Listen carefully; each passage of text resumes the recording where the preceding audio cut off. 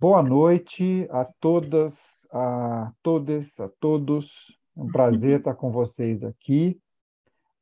Hoje nós vamos falar sobre PrEP, né, a profilaxia pré-exposição contra a infecção pelo HIV, um assunto extremamente importante, atual. E nós vamos contar com a participação de duas pessoas muito queridas, dois amigos muito queridos, né? A doutora Denise Lotufo, que é médica infectologista, pesquisadora na área de PrEP, há muitos anos já trabalhou na diretoria do CRT, atualmente também continua atuando em pesquisa e assistência no CRT da STAIDS de São Paulo, tem uma experiência em PrEP extremamente importante no nosso meio, no nosso estado e no Brasil, é consultora do Ministério da Saúde para o programa de HIV, né? E também nós temos o prazer de contar com o Dr. Alexandre Grangeiro, que é professor da Faculdade de Medicina da USP, da Escola de Saúde Pública, da Medicina Preventiva, né? E ele é um pesquisador também nessa área de prevenção contra a infecção pelo HIV, tem inúmeros projetos, estudos muito importantes nessa área, é um pesquisador brasileiro de alta notoriedade nesse tema e vem trazendo para nós muitas informações importantes para que essa política de saúde pública seja implementada de forma positiva e que traga realmente benefício para as pessoas. É isso que a gente sempre intenciona, né? Então, nós vamos fazer a apresentação em três partes. Na primeira parte, a doutora Denise vai apresentar sobre as novidades do PCDT de PrEP.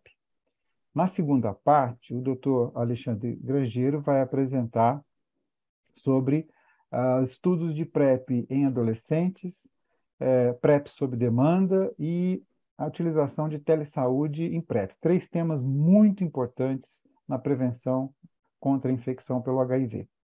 E, por fim, eu rapidamente vou falar alguns tópicos sobre a utilização de antirretrovirais de longa ação na PrEP, né?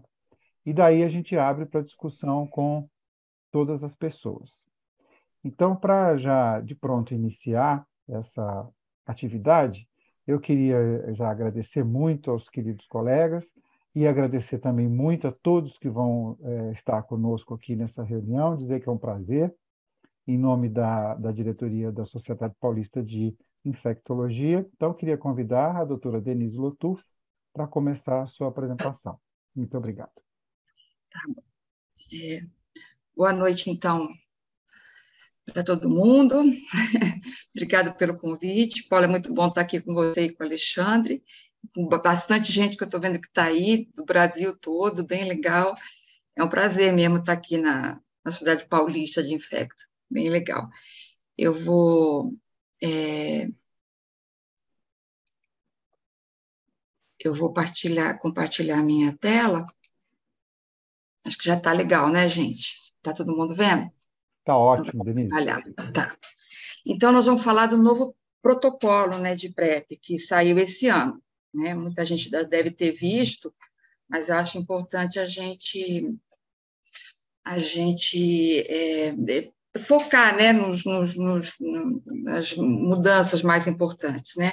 Então, eu trago sempre esse painel aqui, que é legal, quem ainda não viu, é importante entrar, você coloca no Google painel PrEP, painel PEP, e você tem os dados do Ministério da Saúde, vários dados interessantes que nós mesmos aqui proporcionamos, né, quando a gente começou a PrEP lá em 2018, preenchendo um questionário extenso, né, sobre vários detalhes, mas que produziu assim, uma visão bem interessante das pessoas, né, que procuraram a PrEP até hoje.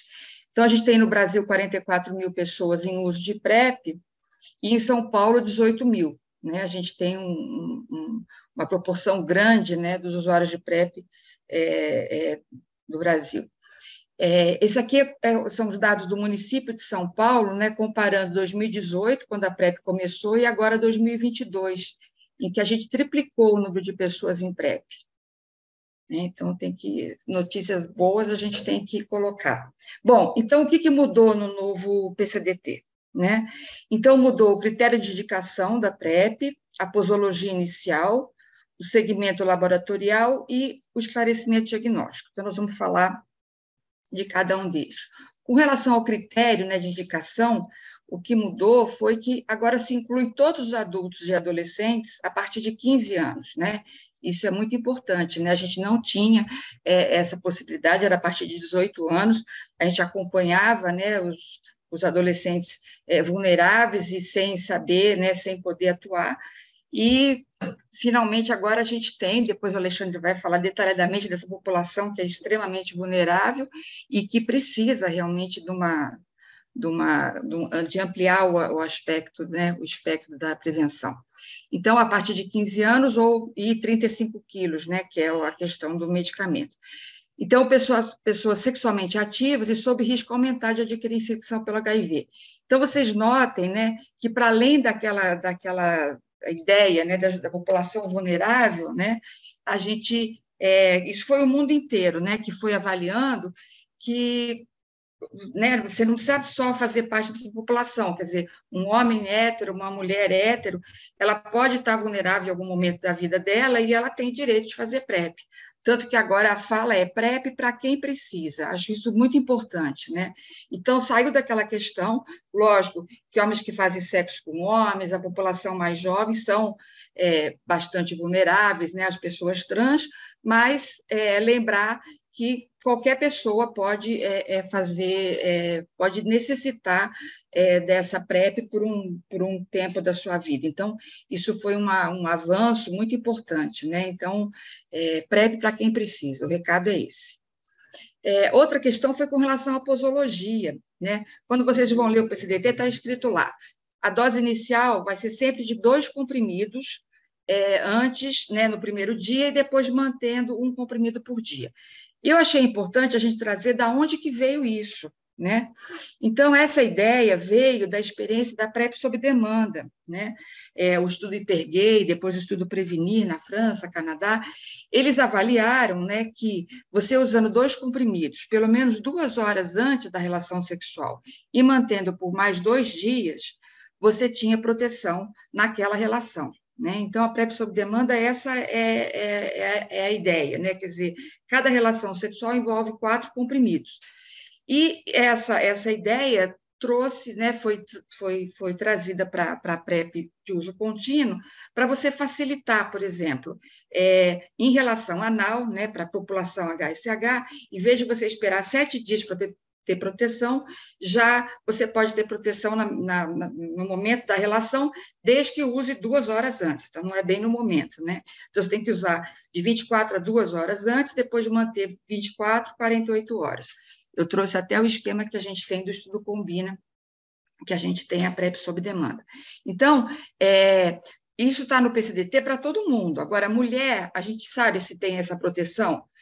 A gente não sabe. Na verdade, a gente só pode dizer, né, afirmar as coisas que você tem estudo provando. Então, os estudos PrEP sob demanda só foram feitos em homens e para relação anal. Então, a gente não sabe. Então, mulher continua a ideia, né, para sexo vaginal, 20 dias para você ter proteção. De qualquer maneira, a gente começa para todo mundo com uma dose de ataque de 2 comprimidos. Então, acho que é importante as pessoas entenderem essa lógica, né, da onde que veio isso, para poder entender. Com relação ao segmento também, foi excluída a necessidade de exame de avaliação hepática e urina. Então, a gente não precisa mais pedir transaminases nem urina-on. Né?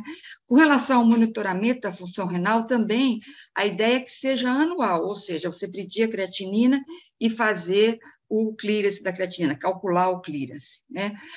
Anual, para as pessoas jovens e sem comorbidades. Agora, para as pessoas acima de 50 anos, com comorbidades, ou hipertensos, ou diabéticos, tem um clearance inicial menor do que 90 milímetros por minuto, aí você faz a cada 6 meses.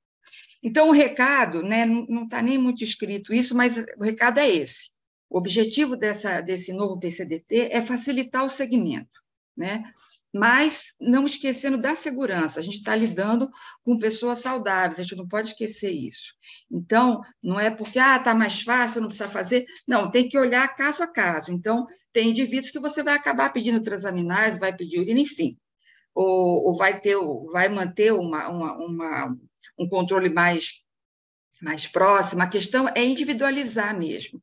Mas a ideia final é, assim, para realmente a PrEP ir para a rua mesmo. A gente tenta ter uma maneira mais simplificada, cada vez mais, para a gente incluir mais pessoas de uma maneira mais simples. Né? Isso também baseado em consensos internacionais também, que estão nessa linha de simplificação mesmo. Né?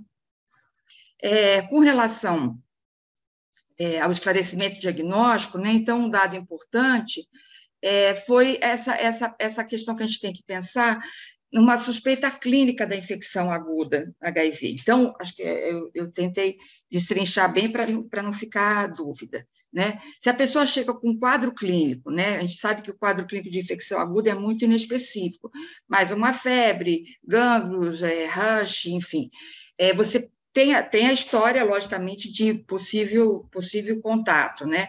E com uma suspeita clínica, você pode, né, e deve, né, e lógico, com teste rápido não reagente, você vai pensar no período de janela imunológica, você deve colher carga viral.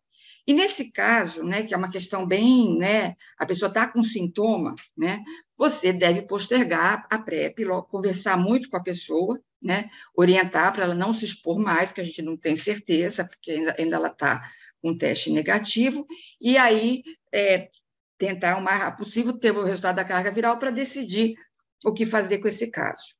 Por outro lado, se for uma pessoa assintomática, mesmo com história de exposição, porque quem faz PrEP tem muito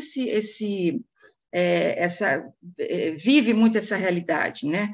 Que pessoas que nunca saem de janela imunológica, né? Eu acho interessante, hoje até estava comentando com o Alexandre, né?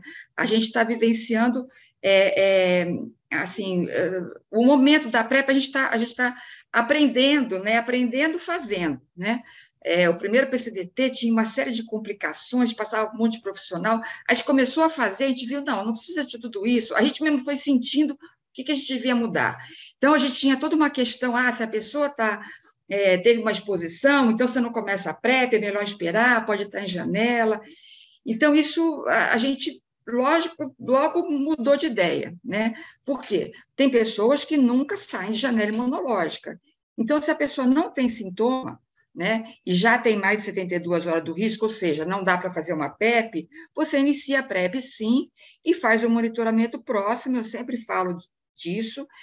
A nossa segurança é o retorno de 30 dias, isso é fundamental, porque normalmente você tem hoje a janela de 30 dias, então, quando ele retorna com 30 dias, você vai esclarecer se ele estava em janela ou não. Isso acontece, a gente já tem vários casos que aconteceu isso. Então, acho que ficou bem claro, né? Se está com sintoma, colhe carga viral e aguarda. Se está assintomático, você inicia a PrEP e muito atento, né?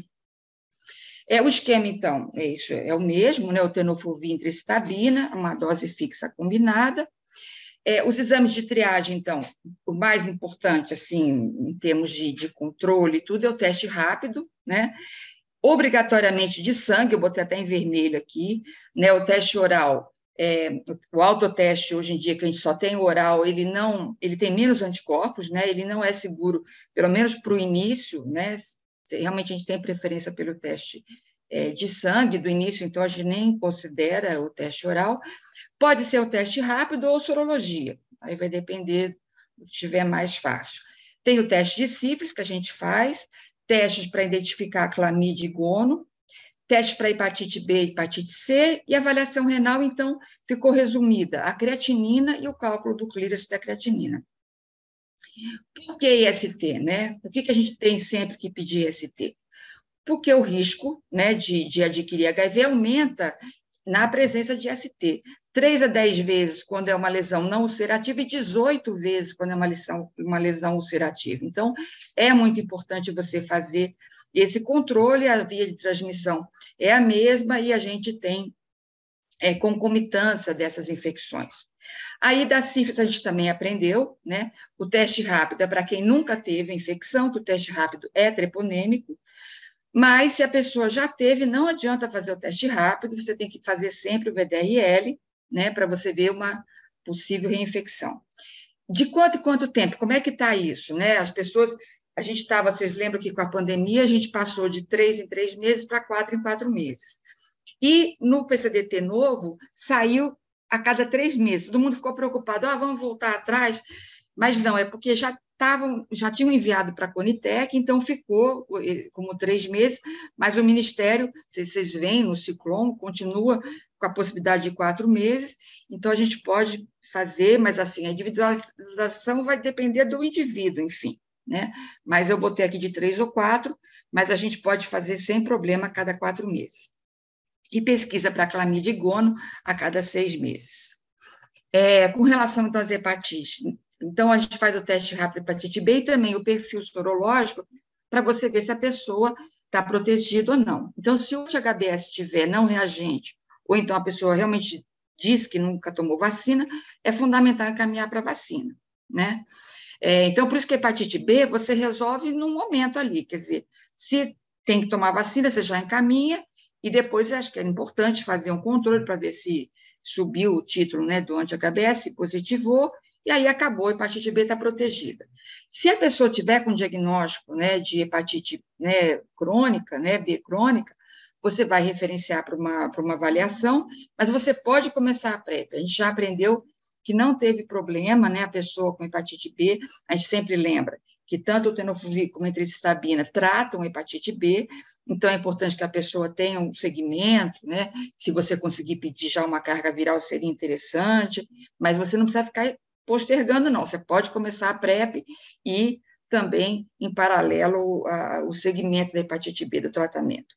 A hepatite C, a gente sabe, não tem vacina, você vai fazer o teste rápido a cada 3 ou 4 meses, mas outra coisa que não existia no PCDT antigo e agora ficou bem claro, bem explicado. A gente tem visto, né, acho que todo mundo que faz PrEP tem visto casos de hepatite C. Às vezes, na mesma pessoa, trata e depois outro caso. Então, como é que a gente segue essas pessoas? Né? Fica o mesmo raciocínio da sífilis, não adianta você fazer o teste rápido, que vai dar sempre positivo. Então, em caso de tratamento prévio, você vai dosar semestralmente as transaminases e carga viral anual, para você ver se não teve uma reinfecção. Ou então, se a transaminase aumentar, enfim, uma exposição de risco, mas isso aqui é super importante, que não é incomum a gente ver pessoas que já tiveram hepatite C e a gente fica perdido se ela tiver uma nova infecção. Então, lembrar disso, transaminase semestralmente e a carga viral anualmente para quem já teve. E hepatite A ideia é, quando possível, vacinar. A gente sabe que a hepatite A ela não faz parte do calendário, mas a gente briga, inclusive, para isso. Em São Paulo, no município, a gente conseguiu que as pessoas HSH, pelo menos, fossem vacinadas, né, na medida do possível. Acho que é importante ter essa orientação, apesar de ser transmissão orofecal, tem a ver com o tipo de relação, você tem que orientar a pessoa. A gente teve um surto, né, em 2017, aqui em São Paulo, inclusive com óbitos por hepatite A fulminante. Com relação, então, à avaliação renal, a gente dosa a creatinina e faz o cálculo do clearance. O cálculo pode ser pela fórmula Cockcroft-Gault ou CKD-EPI, que é a que mais os nefrologistas recomendam, né? Ele pode ser anual, né, naquelas pessoas jovens, que a gente já falou, ou semestral, para pessoas com mais de 50 anos, aquela coisa toda. Né? Essa fórmula é mais simples, não precisa de peso. Vocês lembram? Sempre que a gente fala, tem que ter o peso. Essa fórmula é mais simples de se fazer, a gente coloca em celular, em aplicativos, enfim, e é sempre importante você ter essa avaliação. A questão do histórico de fraturas ósseas, né, estou falando dos efeitos do tenofovir, né? Você pergunta, né, se a pessoa tem história de fratura óssea patológica, e se tiver, você vai encaminhar para investigação. Mas isso não contraindica você começar a PrEP, né? Isso mudou também do outro PCDT. Não é necessário densitometria óssea, a gente viu que pode acontecer casos de diminuir, né, a massa óssea, né, com o tenofovir, mas se acontecer, você suspende, volta ao normal, e está mais relacionado com outras as questões que normalmente acontecem, mulheres em menopausa e por aí, que dão a osteoporose.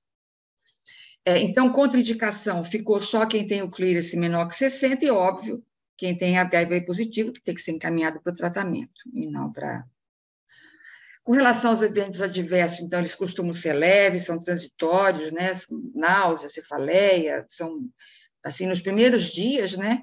E costumam se resolver em pouco tempo, sem maiores problemas. É muito comum a pessoa achar que está tomando placebo, né? Olha, eu não senti nada, né? Fica até desconfiado. As interações medicamentosas, o que a gente tem que pensar, o grande problema é o tenofovir, que pode dar problema renal, então você tem que evitar outros medicamentos que podem dar problema renal. Então, evitar o uso de anti-inflamatório, e tem cautela numa série de medicamentos. Vocês vão lá na página 38 do PCDT, tem uma lista de possíveis interações, mas o que é mais importante para deixar de recado, não existe nenhuma droga que seja contraindicada com tenofovir e cistabina.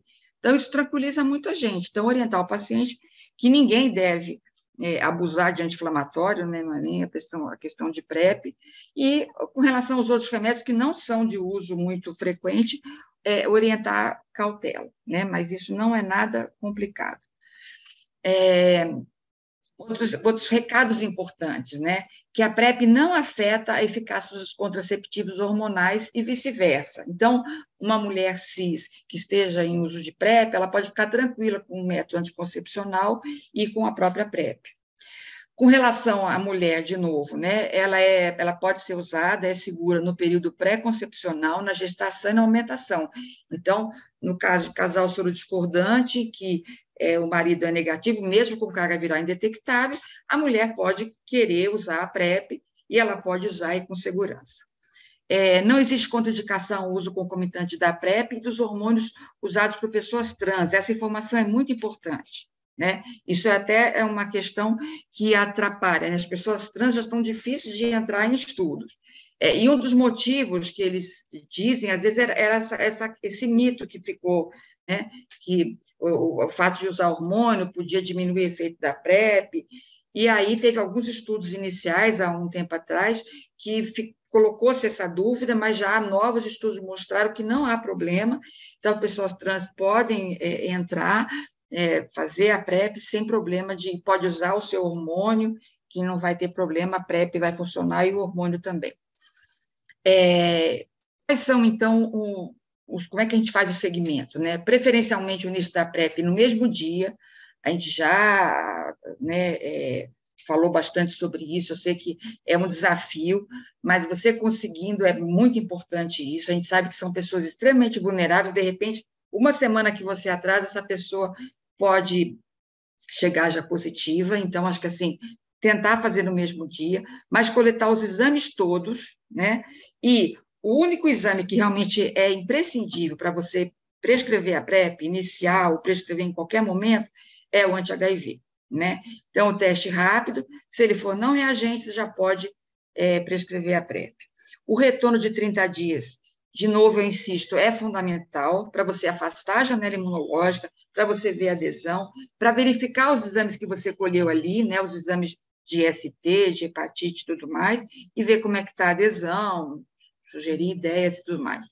Os retornos subsequentes são a cada 90 ou 120 dias. Reforço de novo que você pode manter 120 dias, e sempre, como eu disse, o exame fundamental é o teste de HIV, anti-HIV não reagente.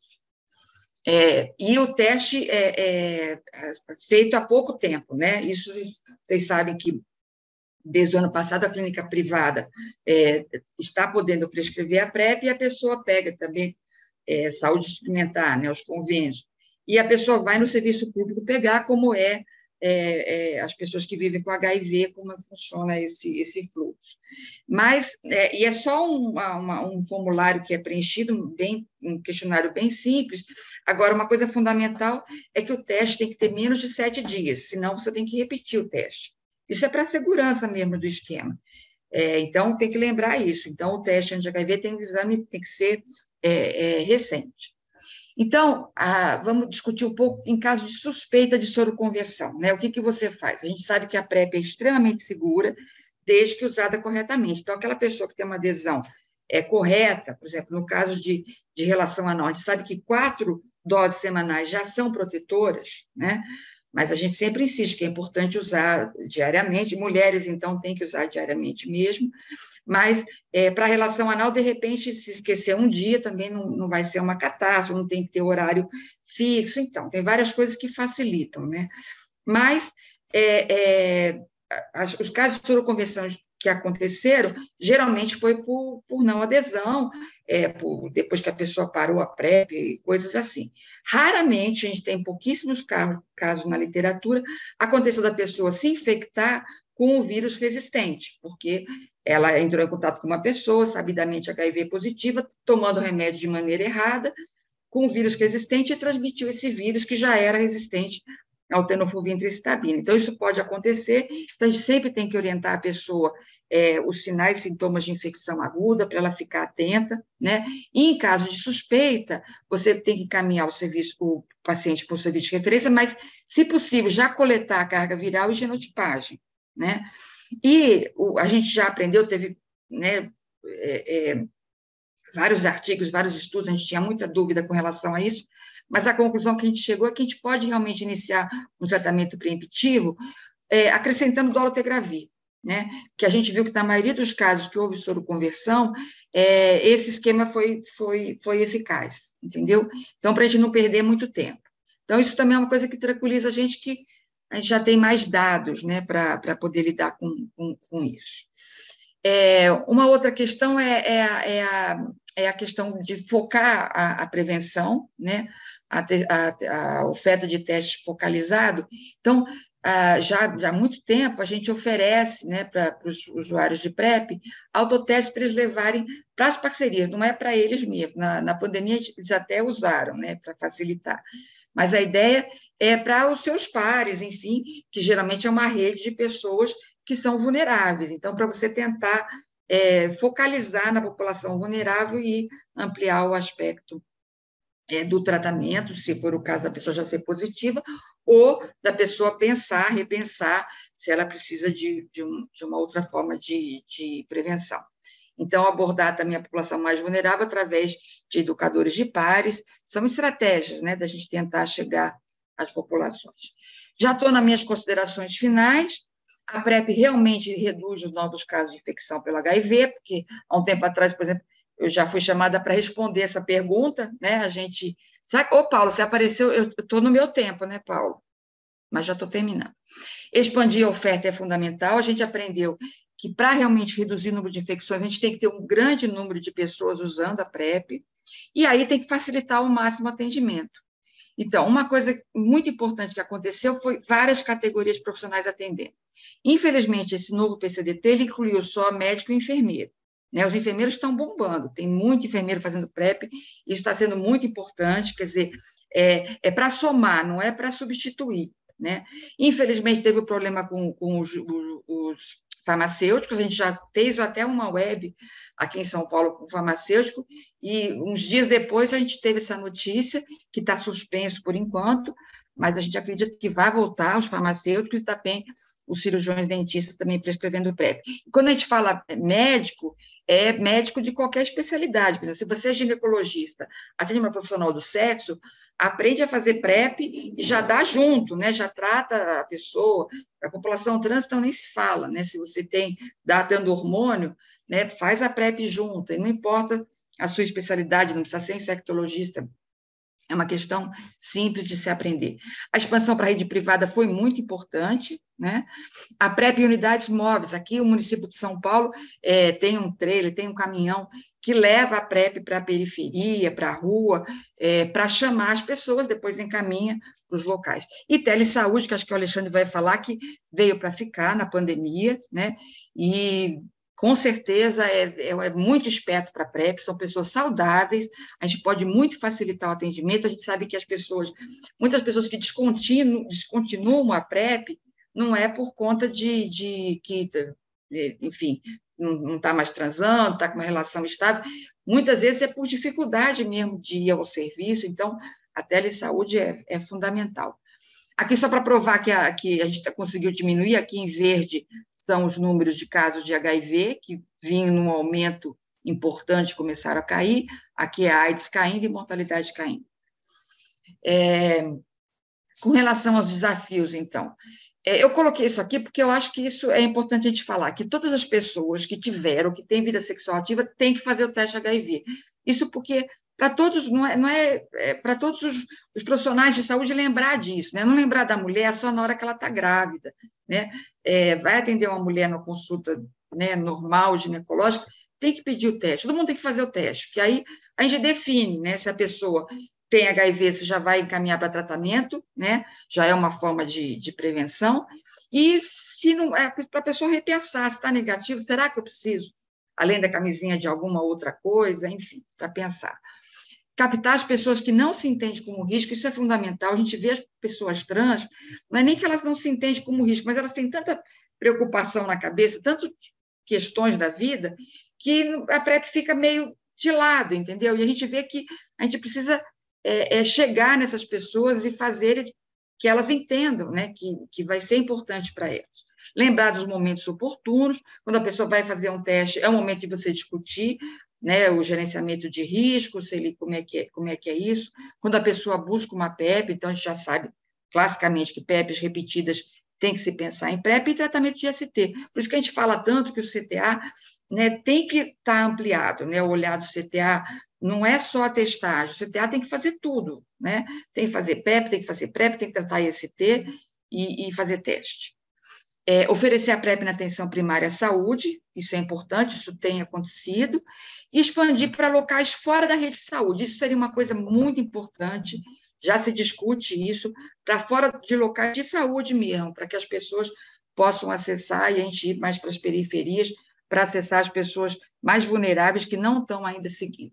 E é isso. Desculpa, Paulo, se eu passei meu tempo, mas é isso. Depois a gente fica à disposição para as questões. Eu vou finalizar. Muito obrigado, Denise. Excelente apresentação, muito clara, muito elucidativa. Tivemos muitos avanços aí, simplificação para aumentar o acesso, né, inclusão de pessoas na prevenção.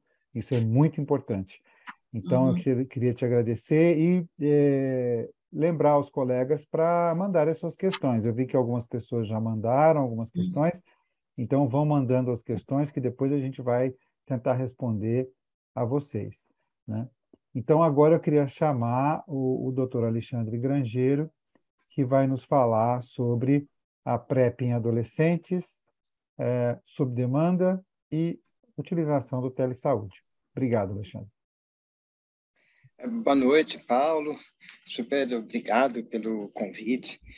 Paulo sempre faz uns convites bons no sentido de possibilitar ampliar o diálogo e a conversa com as pessoas. Então, de fato, obrigado por mais essa oportunidade, né, de estarmos aqui. Boa noite, Denise. Nós já tivemos uma reunião hoje, né?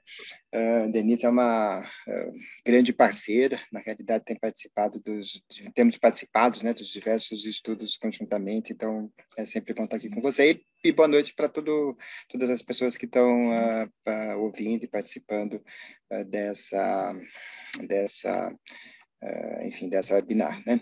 Eu vou tentar ser sintético, eu sempre falo isso, eu sempre tenho uma certa dificuldade, vou pedir então para o Paulo me ajudar aqui um pouco no controle do tempo, para que não exceda o que a gente tem combinado, tá? Eu vou... partilhou a tela? Tá. Eu vou...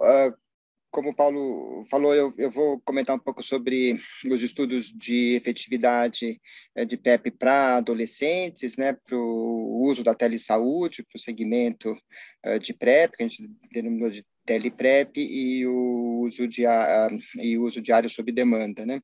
Na realidade, esses são estudos que a gente tem desenvolvido ao longo desse período de PrEP, e um pouco foram os estudos que têm subsidiado, de alguma forma, algumas decisões em relação ao PCDT, né? Antes de apresentar esse estudo, só gostaria de comentar, eu já não tenho mais dúvida, né, de que ampliar a cobertura de PrEP é uma urgência. Como Denise mostrou, acho que nesses 40 anos de epidemia de HIV, a PrEP tem se mostrado o método preventivo que mais tem impacto nas taxas de incidência, né, reduzindo elas sensivelmente. E hoje eu também diria que PrEP deveria ser a primeira escolha do ponto de vista da prevenção para qualquer pessoa que tenha um risco aumentado de infecção. Acho que, de fato, ele tem muitas vantagens em relação aos demais métodos, né? Então, eu vou começar a... Deixa eu... ele está... Eu não estou conseguindo mexer aqui no meu... foi agora. Bom, então eu vou começando a falar por esse estudo que subsidiou, né, a decisão de incluir a PrEP a partir dos 15 anos no SUS. Ele foi um estudo de implementação que foi desenvolvido em Salvador, São Paulo e Belo Horizonte, né, com a coordenação daqui em São Paulo da Faculdade de Medicina USP, e na Bahia pela Federal, e em Minas Gerais também pelo Departamento de Doenças Infecciosas da Federal de Minas Gerais, né?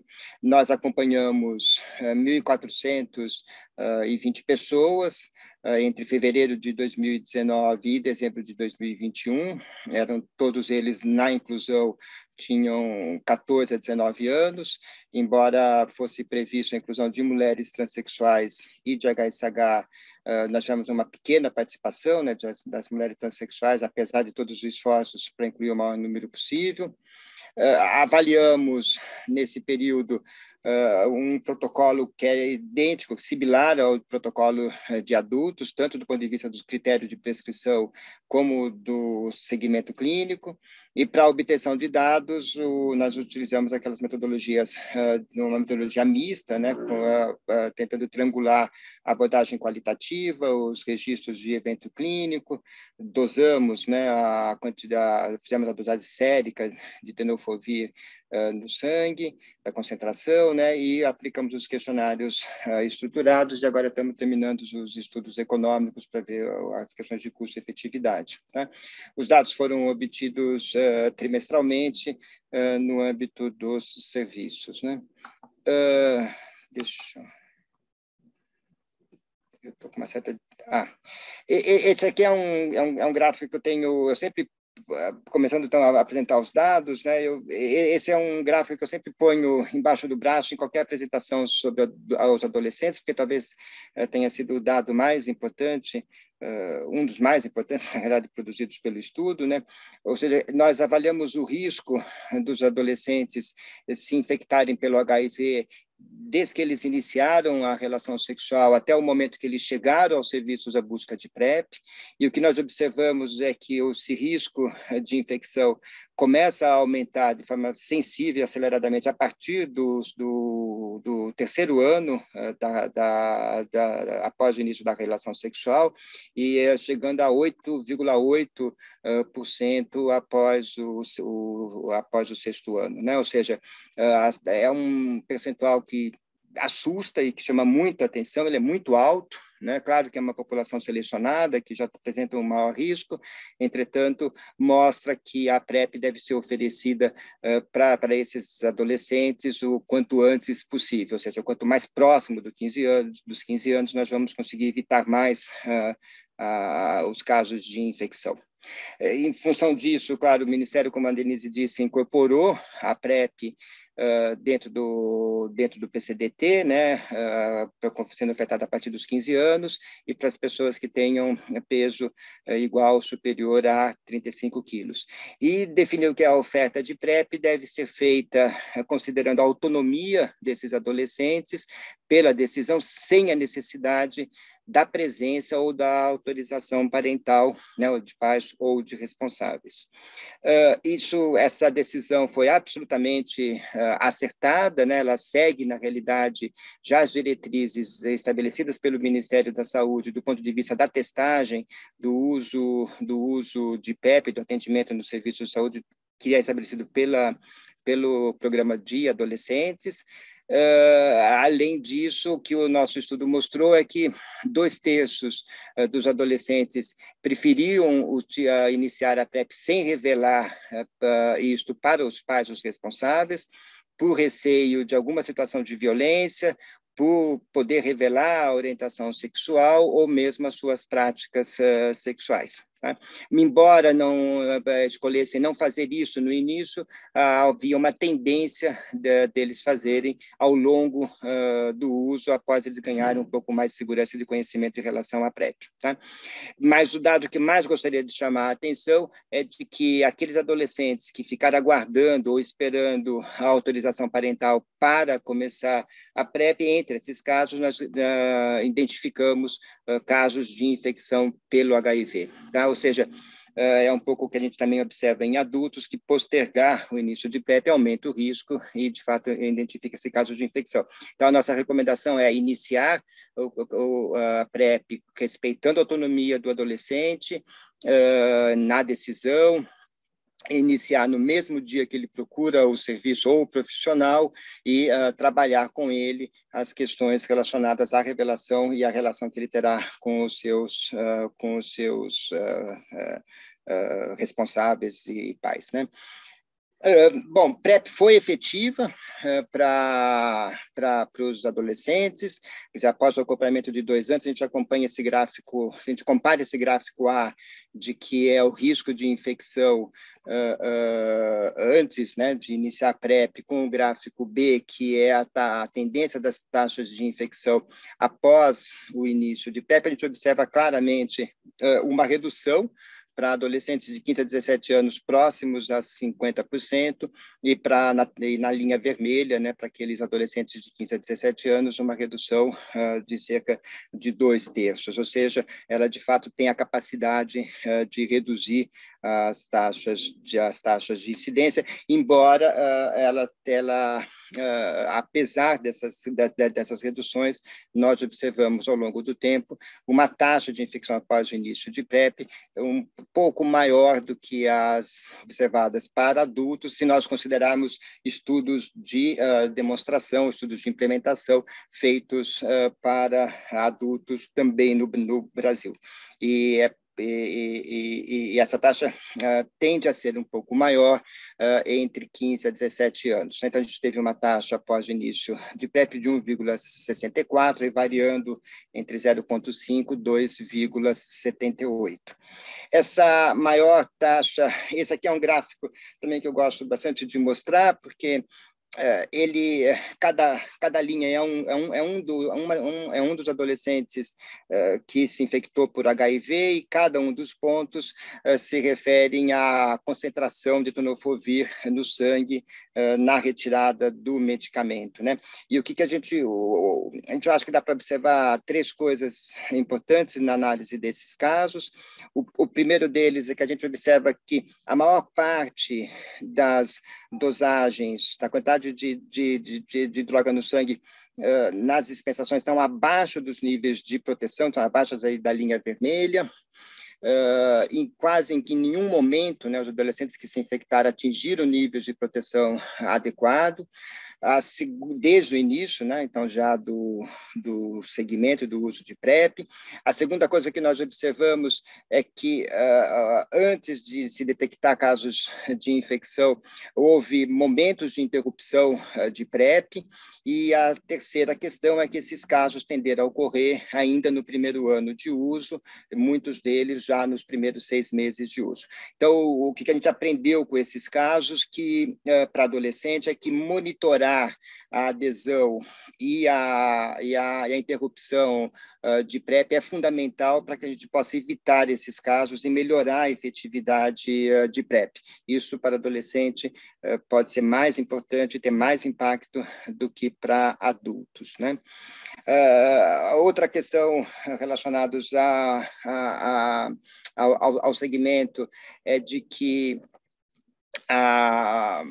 as taxas de permanência em PrEP, em adolescentes, foram similares à de adultos, ou seja, na verdade, assim, eles foram similares a que observamos hoje no PrEP-SUS, né? Então, a probabilidade de interromper PrEP nos 12 meses foi em torno de 50%. É uma taxa que nós consideramos alta, considerando especialmente de que o projeto adotou várias medidas para a retenção desses adolescentes. Então, esse também pode ser um ponto crítico, né? Os motivos que levaram a não retenção dos adolescentes, que eu gostaria de chamar a atenção, está relacionado, primeiro, às mudanças nas condições de vida deles, no que diz respeito ao estudo, ao trabalho, à moradia, ou mesmo a mudança de cidade, ou seja, são mudanças que conflitam as necessidades de segmento clínico com o seu cotidiano. Também alguns deles relatam mudanças de práticas sexuais, mas especificamente o início de relações com parcerias estáveis e, portanto, uma diminuição da sua percepção de risco.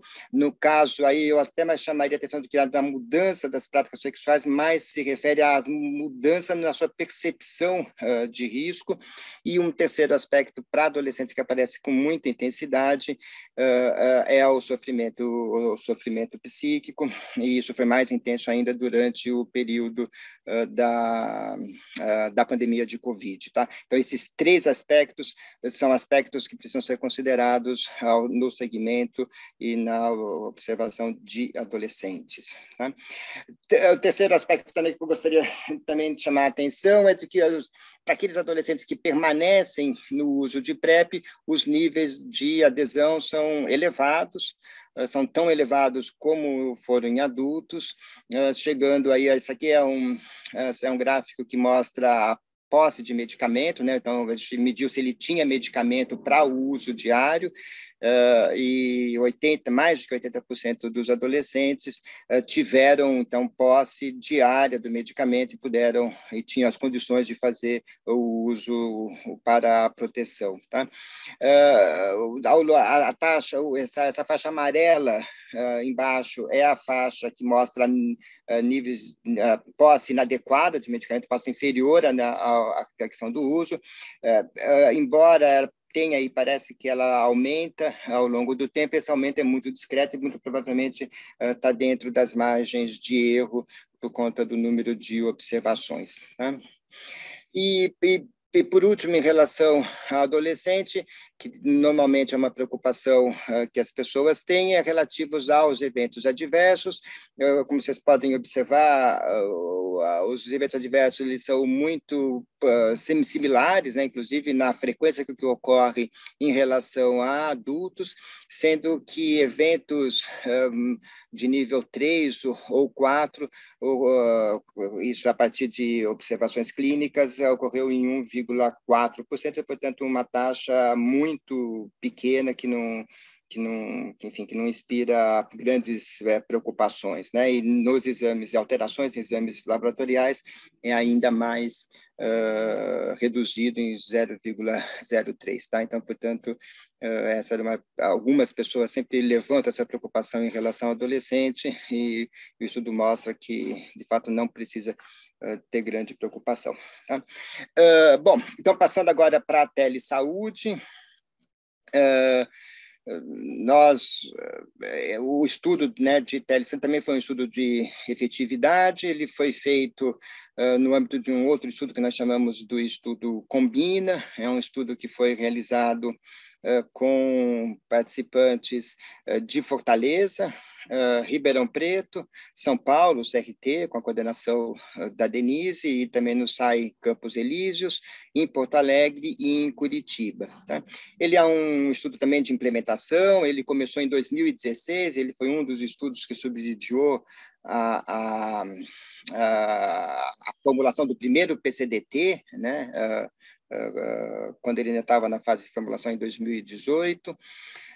E nós, então, estamos seguindo os pacientes até agora, no final de novembro, que a gente encerra essa parte do estudo.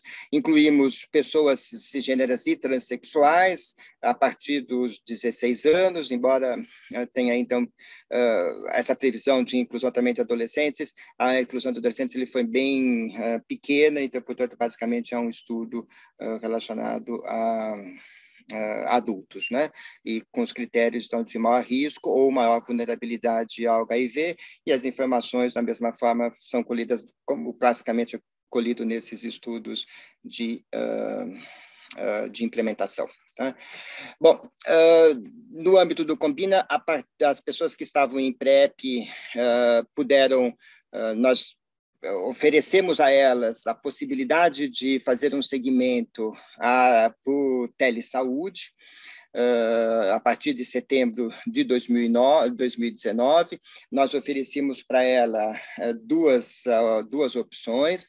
A primeira delas era permanecer no segmento presencial ou passar para a avaliação por telesaúde. O modelo de telesaúde que nós utilizamos foi o que nós chamamos de um modelo assíncrono, ou seja, o indivíduo deveria responder a um formulário clínico que foi formulado a partir de questões que orientavam a decisão clínica. Nós perguntamos aos clínicos o que eles usavam para fazer a decisão de uma prescrição, e o formulário foi organizado com essas informações, né? Então, ele respondia ao formulário, ele realizava os exames no laboratório de maior conveniência, poderia ser no próprio serviço de segmento clínico, num serviço privado ou em algum outro serviço público que ele tivesse acesso com maior facilidade para ele.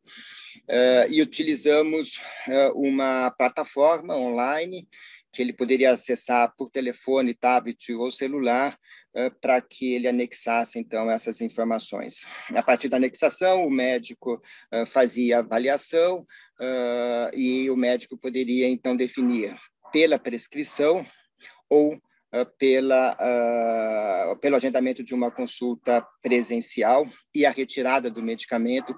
Quando feita a prescrição online, ele deveria ir ao serviço para retirar o medicamento. Tá? O critério de inclusão em PrEP eram dois, né? O primeiro deles já está em uso de PrEP há pelo menos 6 meses. Nós usamos esse período de 6 meses, pelo menos para que tivesse um vínculo com o serviço de saúde, e achamos que ele já poderia ter se habituado a gerir a PrEP, no que diz respeito a eventos adversos ou qualquer outra demanda que ele pudesse ter, né? E avaliamos ao longo, então, de 2 anos, os seguintes desfechos, né? Primeiro, os motivos, o grau de aceitação, né? E quais eram os motivos da escolha, a descontinuidade de PrEP, a adesão, a ocorrência de ST e a infecção por HIV. E nós colocamos a ocorrência de ST muito pensando de que a telesaúde, ou seja, poderia ter algum tipo de impacto na não identificação de uma ST pela dificuldade de apresentar algum tipo do usuário, né, apresentar algum tipo de queixa, ou mesmo pela ausência de um exame físico, né? E fizemos pesquisas qualitativas, tanto com usuários como com profissionais. Bom, a primeira questão é de que, e esse ponto é importante, né, a escolha por telesaúde, quer dizer, a opção do indivíduo para ele escolher pela telesaúde é o que permite ele dizer que esse método é adequado ou não é adequado para ele, e a taxa de aceitação no estudo foi de 52%, né, que é a fatia que é amarela, escolheu pela telesaúde, enquanto que 48% preferiu ficar no presencial. Quando a gente comparou os dois grupos, nós observamos que o que aumentou a chance da escolha por telesaúde, primeiro, foram os serviços, né? Então, o serviço de Curitiba e de Porto Alegre foram os que apresentaram a maior chance de escolha.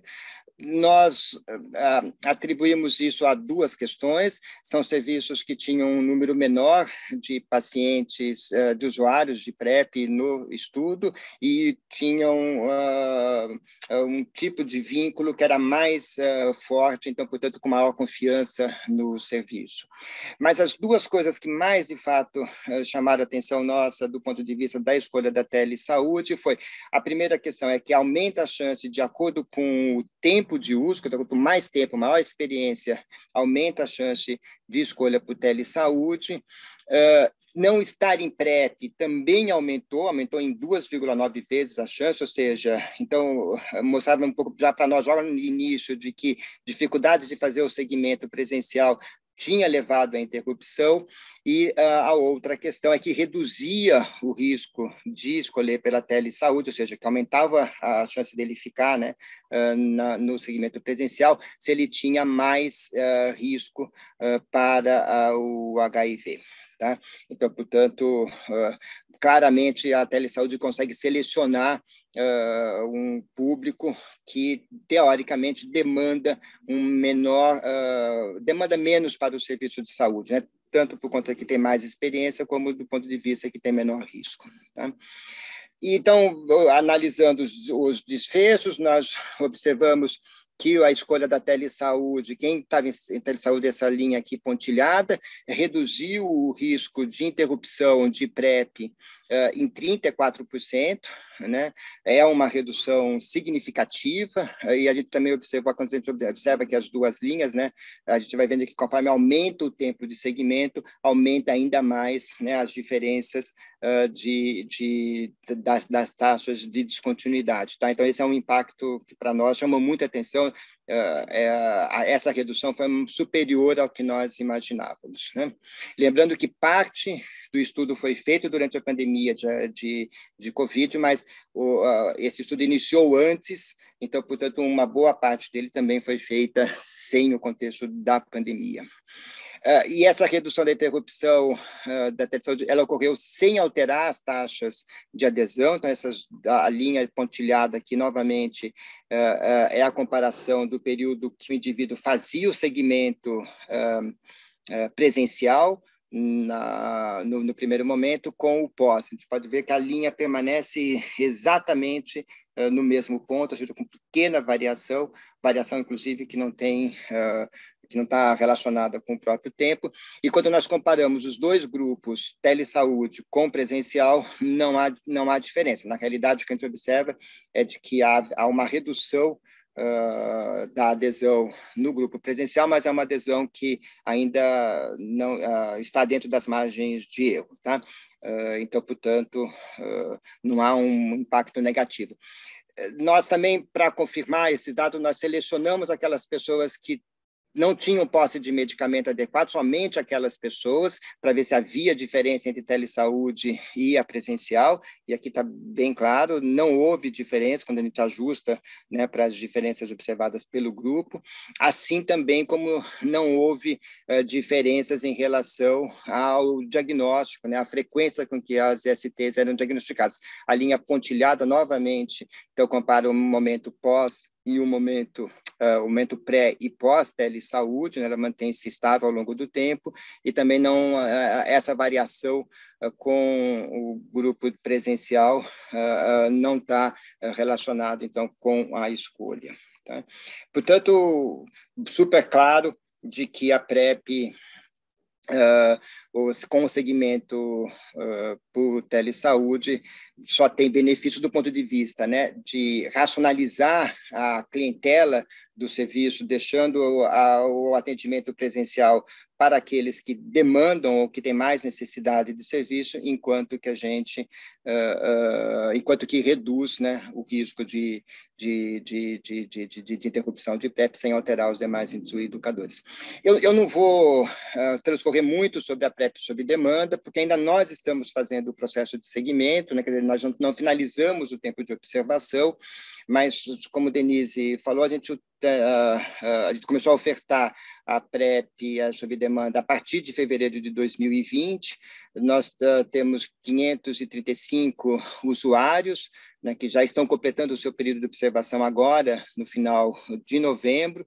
Nós utilizamos um esquema 2+1+1, ou seja, sempre iniciar um novo esquema com a dose de ataque e utilizar um comprimido adicional para cada dia que for mantendo a relação sexual. E, claro, né, unificando, então, o esquema sob demanda com o esquema de uso do diário, de tal forma que o indivíduo automaticamente, ou meio que intuitivamente, transita entre um e outro de acordo com a frequência das relações sexuais, né? Seguindo um pouco a literatura internacional, foram incluídos no estudo HSHs e mulheres trans que apresentavam maior risco de infecção por HIV. Lembrando aqui que a OMS, na sua recomendação, não incluiu as mulheres trans, porque não há ainda evidências que sustentem de que a interação com o hormônio não possa reduzir a concentração de tenofovir a nível inferiores a necessário de proteção no esquema sob demanda.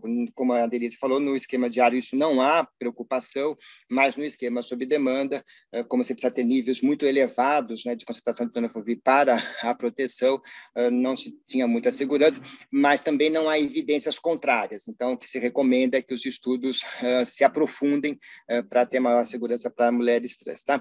E observamos os desfechos mais clássicos do ponto de vista dos estudos de implementação, como a infecção por HIV, interrupção de PrEP, adesão, etc. E tal, tá?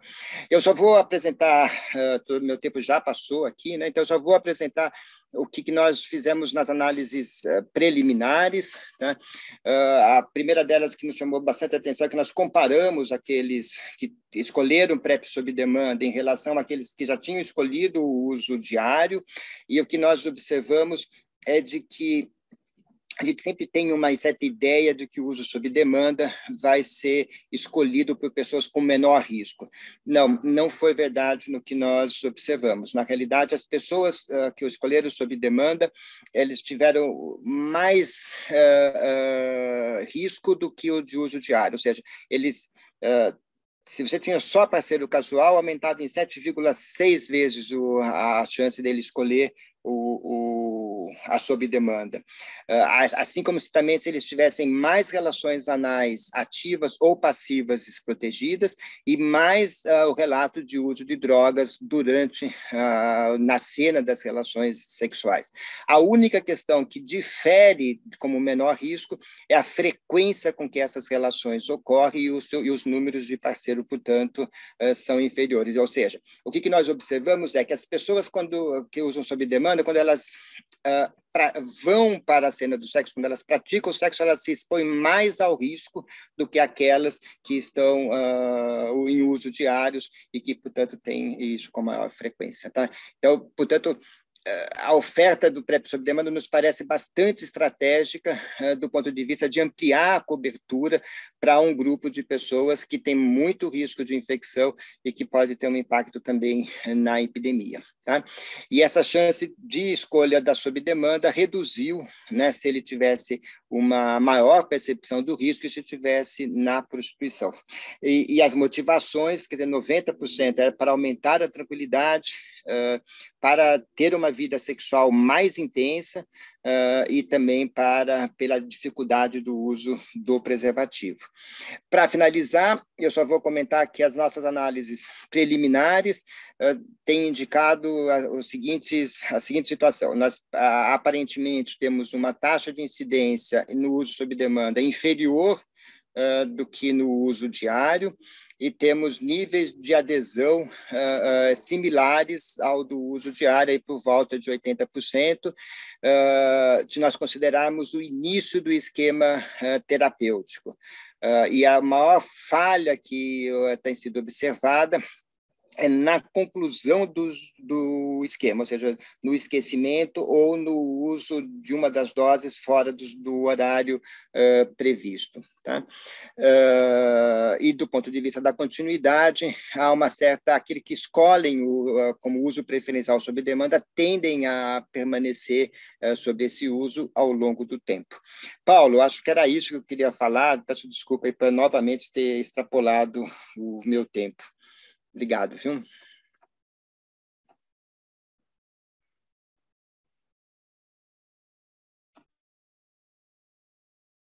Alexandre. Foi excelente a sua apresentação, parabéns pelos seus estudos, eles têm informações valiosas para nós e, com certeza, vão influenciar a política pública de prevenção contra a infecção pelo HIV.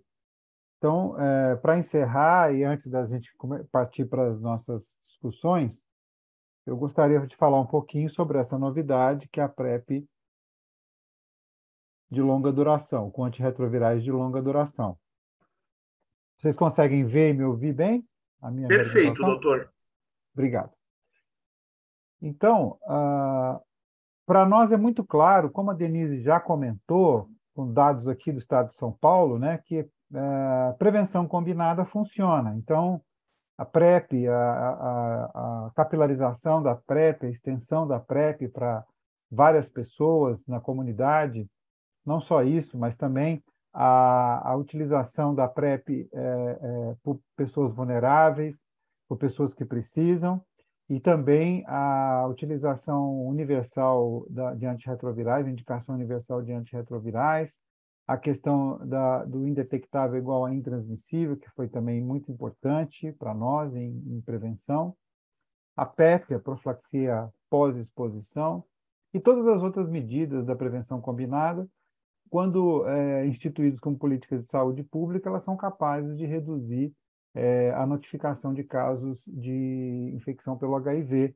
Isso foi detectado em várias cidades no mundo, São Francisco, Seattle, Londres, Sydney, e também aqui em São Paulo, né? Então, a Denise mostrou já uma parte desses dados, né? Ficou muito claro que, dentre as pessoas que nós observamos aqui notificadas com a infecção pelo HIV, mesmo antes da pandemia, onde eu assinalei aqui 2018 e 2019, já havia uma queda do número de notificações nesses 2 anos, que coincidiram também com a implementação da PrEP aqui no Estado, né, junto do SUS nacional.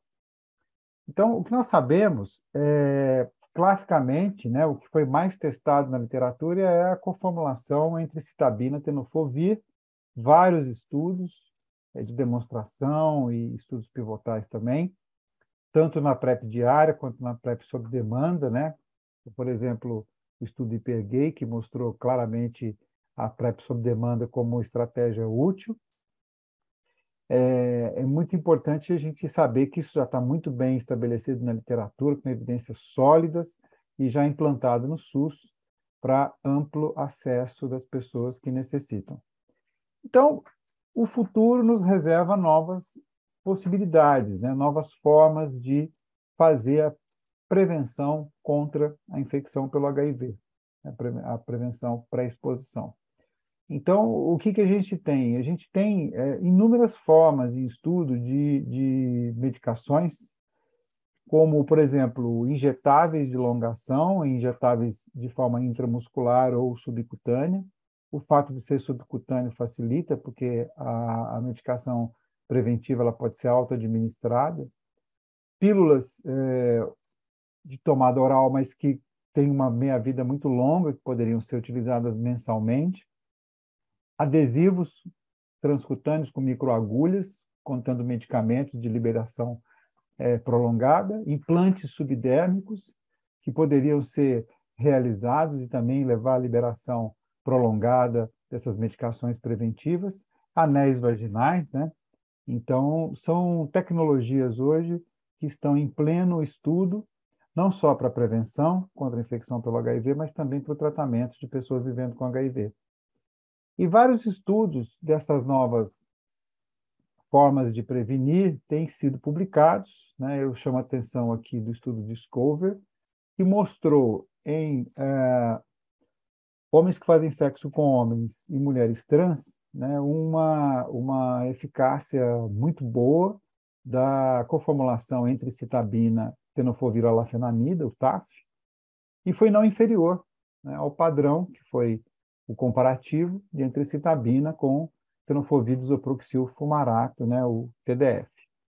E os dois estudos muito importantes, né, os dois HPTNs, o 083 e o 084, que compararam o padrão que a gente utiliza hoje entre citabina e TDF, com o cabotegravir, injeção intramuscular e de longa duração, né? O 083, ele incluiu homens que fazem sexo com homens e mulheres trans, e o 084 incluiu mulheres cisgênero, né? Então, esses são os primeiros estudos assim terminados e que já serviram, inclusive, para registro dessas estratégias de prevenção, por exemplo, nos Estados Unidos. Então, falando um pouquinho sobre o estudo HPTN 083, vários centros aqui no Brasil participaram, a Faculdade de Medicina da USP, a Fiocruz no Rio de Janeiro, o CRT-DST-AIDS de São Paulo, e dentre outros. Então, é um estudo muito importante, né, porque ele propiciou evidências da primeira medicação de longação em PrEP. E o estudo ele teve dois grupos, né, diferenciados. Num primeiro grupo, chamado grupo A medicação em uso era o cabotegravir, inicialmente com 5 semanas por via oral, e depois numa estratégia de 2 injeções intramusculares na 5ª e na 9ª semana, e depois, a cada 2 meses, eram repetidas as injeções intramusculares no glúteo, né, dos usuários de PrEP. E também nesse braço um placebo, que era utilizado com entricitabina e TDF. No grupo B, o contrário, né? Placebo, inicialmente oral de cabotegravir, um período de 5 semanas de acesso, né, digamos assim, ou em inglês de lead-in, né? E depois injeções no mesmo esquema, mas de placebo, e também em conjunto medicamento mesmo, entricitabina e TDF. Então, foram segmento de 3 anos desses usuários, e os resultados foram realmente bastante positivos. O estudo foi realizado em 7 países, 43 centros de pesquisa, por volta de 4.500 participantes incluídos, e o estudo, que era de não inferioridade, mostrou superioridade do cabotegravir em relação à entricitabina TDF, né? Então, vocês vejam que a incidência de infecções no grupo cabotegravir foi 0,41 por 100 pessoas ano, versus no grupo entricitabina TDF, 1,22 infecções por 100 pessoas ano. Então, claramente, era um estudo de não inferioridade e acabou mostrando que o cabotegravir foi superior, né?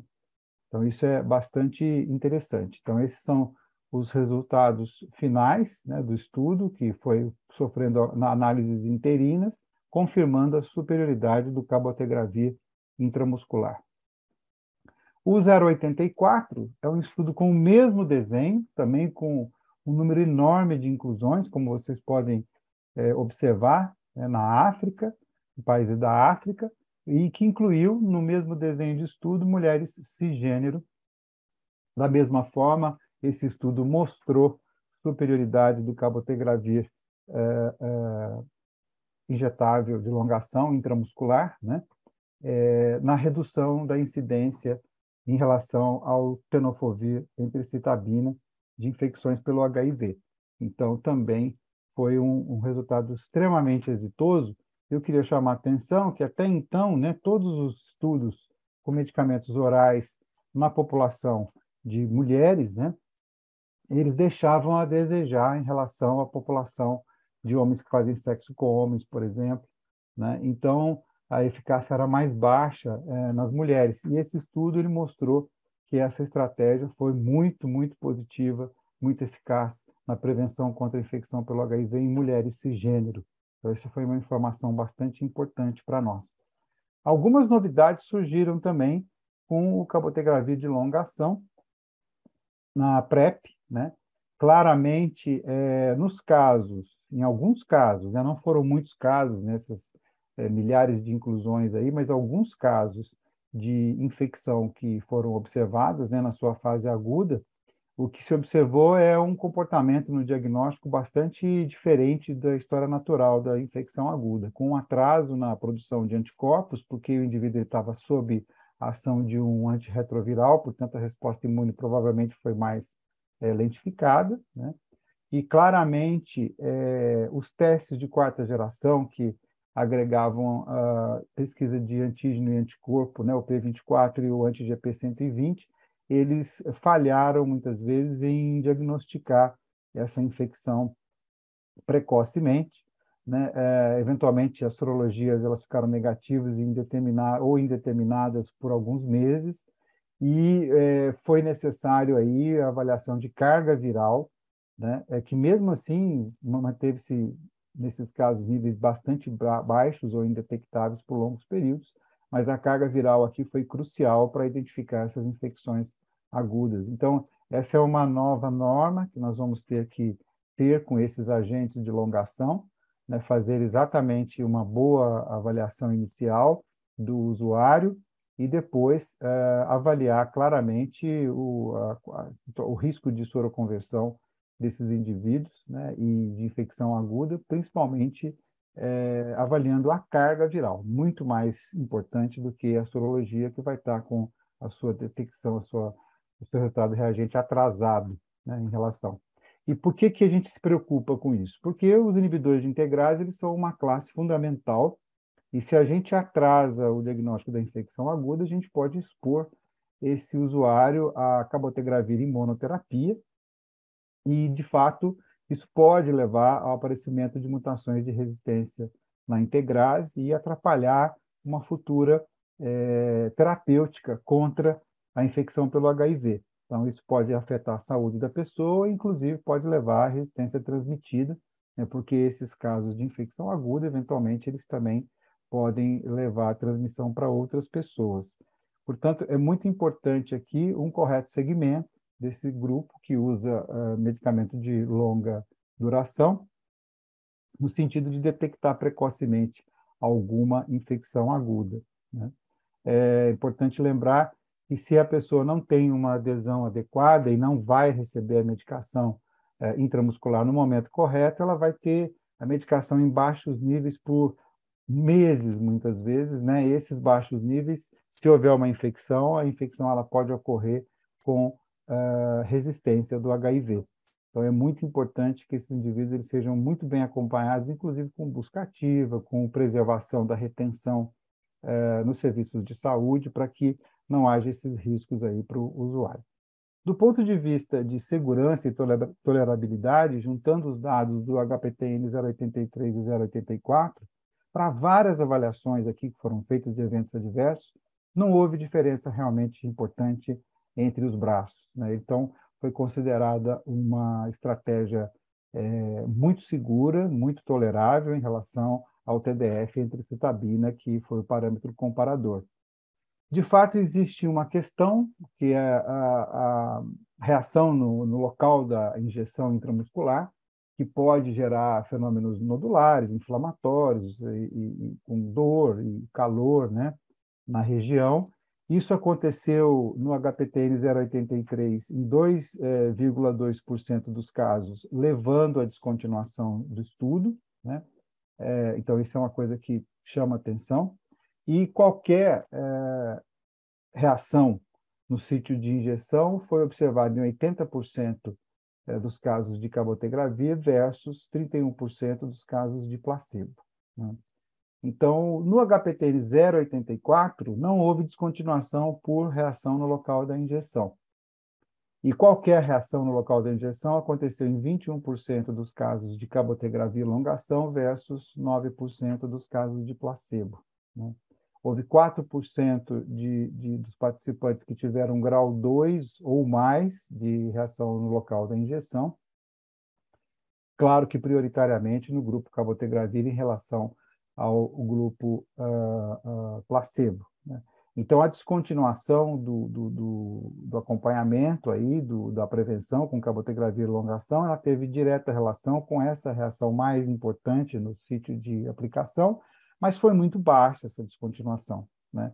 É importante a gente dizer aqui que nós estamos falando de milhares de inclusões nesses estudos, né?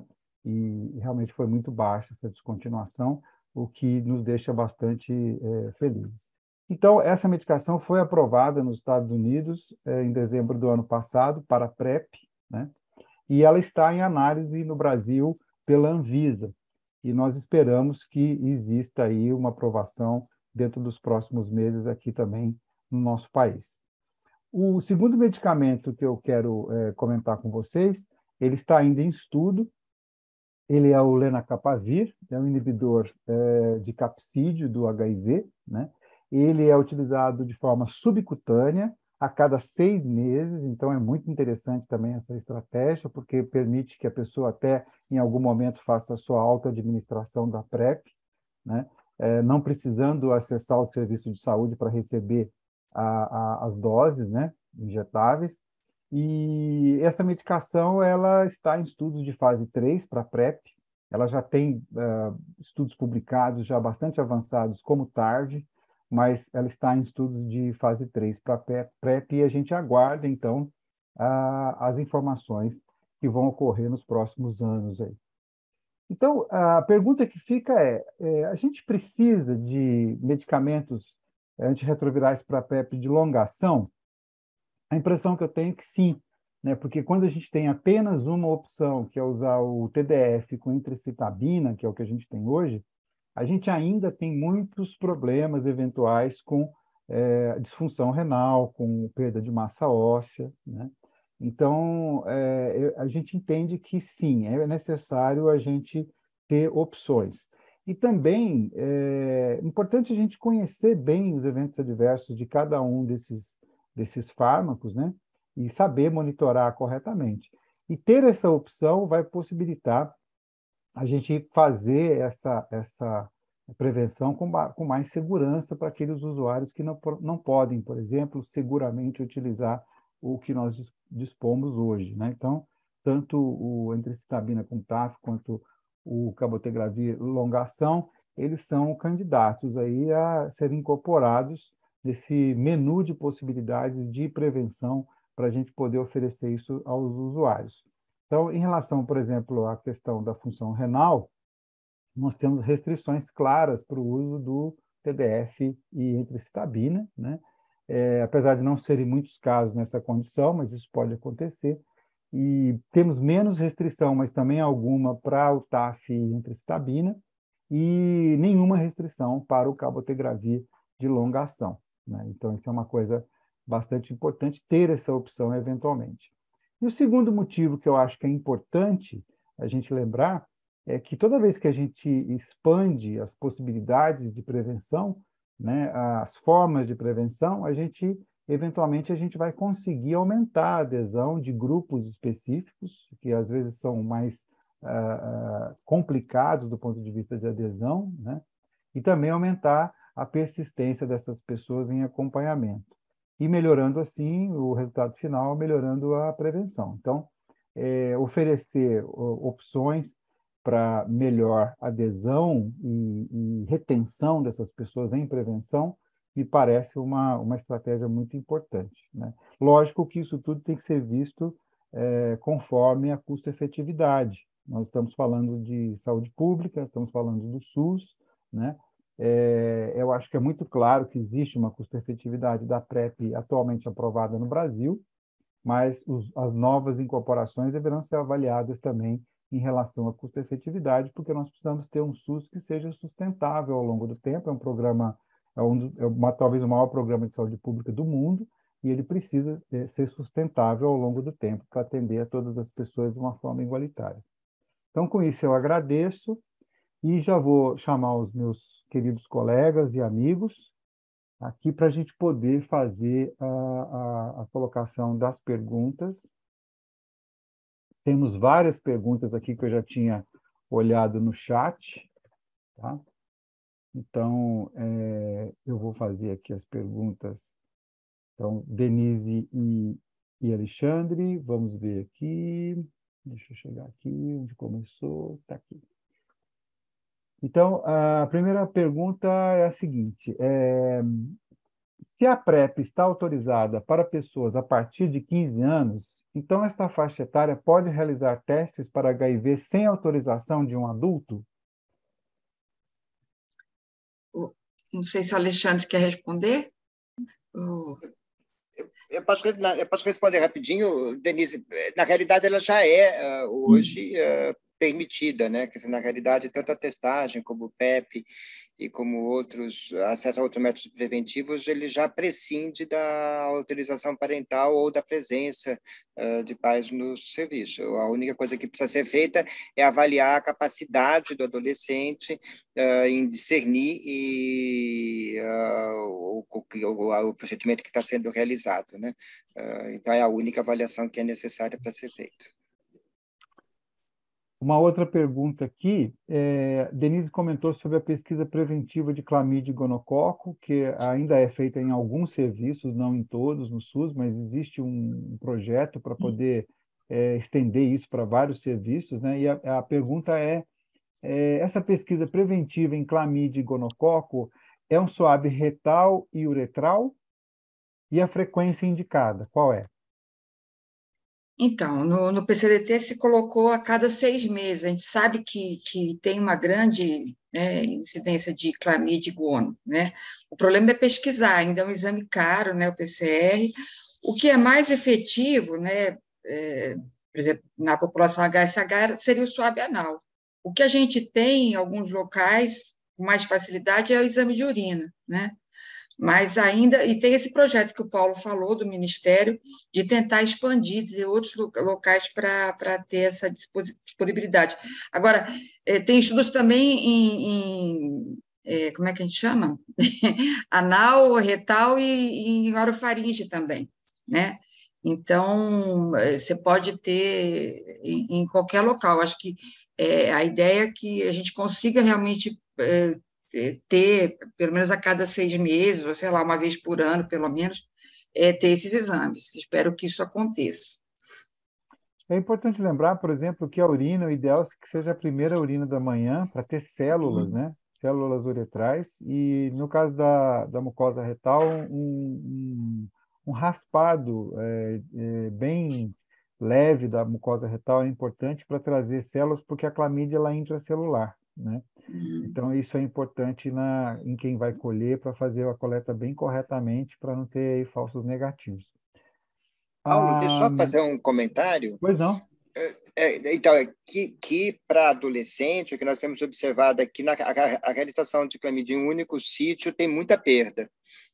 Então, só a realização de urina acaba perdendo. A gente não terminou de fazer as análises ainda, mas nos parece que está perdendo provavelmente 30% dos casos, e, por incrível que pareça, a maior frequência de positividade está para adolescente, pelo menos, na região de orofaringe. Muito, muito bom. Bom, outra pergunta aqui é por quanto tempo o usuário pode fazer uso de PrEP e os efeitos adversos com o envelhecimento precoce causado pela TARV? Não sei, eu posso, sei lá, eu acho que é legal todo mundo opinar, né? Eu estava até fazendo a conta aqui, a gente começou em 2017 o Combina, né, Alexandre? Até foi antes do Ministério. E eu tenho usuários que até hoje estão comigo, já são 6 anos, né? E a gente fica seguindo, né? Eu acho que, assim, geralmente são pessoas jovens, a gente tem também pessoas de mais idade, tem paciente de 60 anos, enfim. E aí é essa questão de individualizar, né? Quer dizer, se a pessoa tem uma comorbidade, mas, assim, não tem essa... A gente realmente esperaria que fosse uma coisa... Mas sempre fala, não é para a vida toda, mas se a pessoa está se expondo, que nessas pessoas estão comigo há 6 anos, elas continuam se expondo. Então, é melhor continuar em PrEP, mas com segurança, né, fazendo os exames de segurança, do que, de repente, adquirir o HIV, né?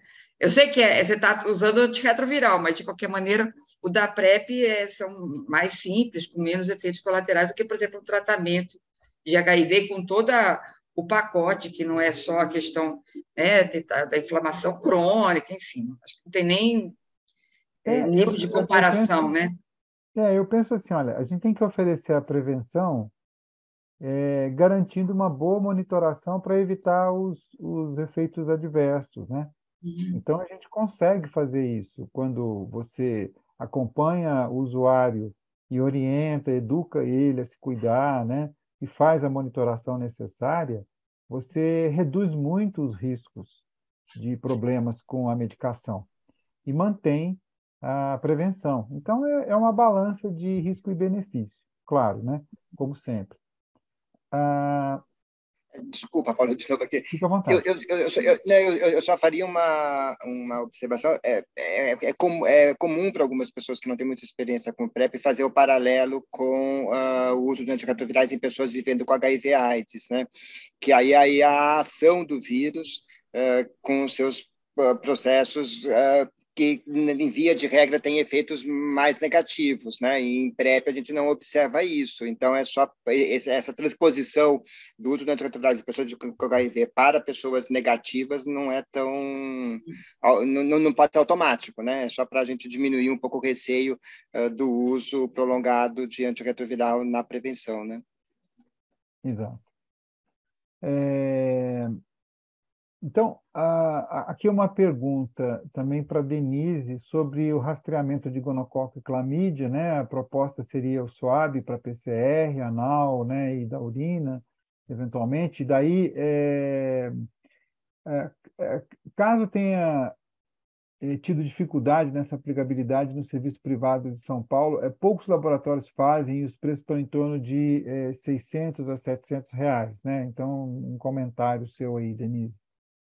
Não, isso é verdade mesmo. Eu já pedi, né, para quem tem, né, saúde suplementar e eles não conhecem a questão do SWAB, né? Não sei por quê. Eu também já tive essa experiência. E aí acaba sendo só de urina mesmo que é feito.